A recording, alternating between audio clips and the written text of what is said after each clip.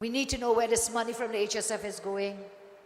We want to make sure it doesn't go to friends and family of the PNM.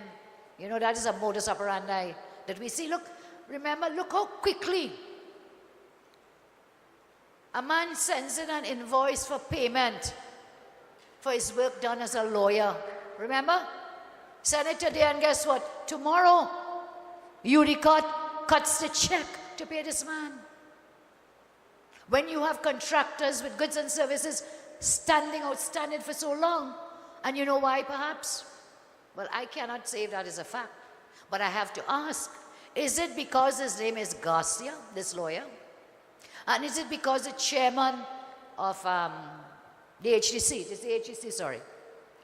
Is it because the chairman, I mixed it up, the chairman of UDCOT, his name is also Garcia? And is it because his uncle, the minister, his name is also Garcia? And is it because his wife is a presiding officer in the parliament? Is that why you could send an invoice today and tomorrow you get a check? What is it, almost $500,000? And is this what this $2.5 billion drawdown is to do?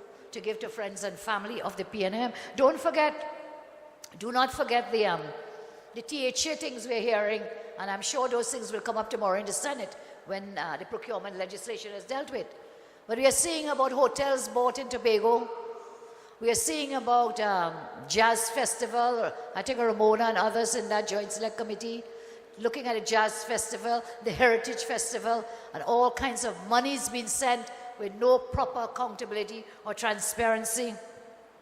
We see Soca on the Seas that others spoke about. Nobody leaving from Trinidad and nobody coming back with that boat from Trinidad. But $500,000. Good Lord, $500,000 almost for Soca on the Seas, for a boat leaving from Barbados, from Bahamas to go where? To Miami. What is the benefit to you? Because this is your money, taxpayers of Trinidad and Tobago, that is your money paid for people jumping up and fetting Soca on the Seas. How will that help you? How will it help the children now, those in need of medication? As Dr. Bodo told you, man, that you can't buy medication, shortage of medication for people in Trinidad and Tobago. How can you spend millions on paintings, millions on a Taruba Stadium, and let me tell you, when they're done, that Taruba Stadium will cost far more than the 90 million they're talking about.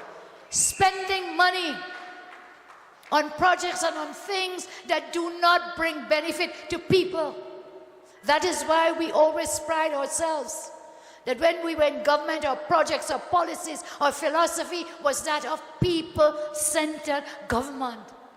That our projects will be those that will impact directly on the lives of people and not be spent in mega projects. But that is where we have come back to the future from September 7th under the Rowley government. Crime.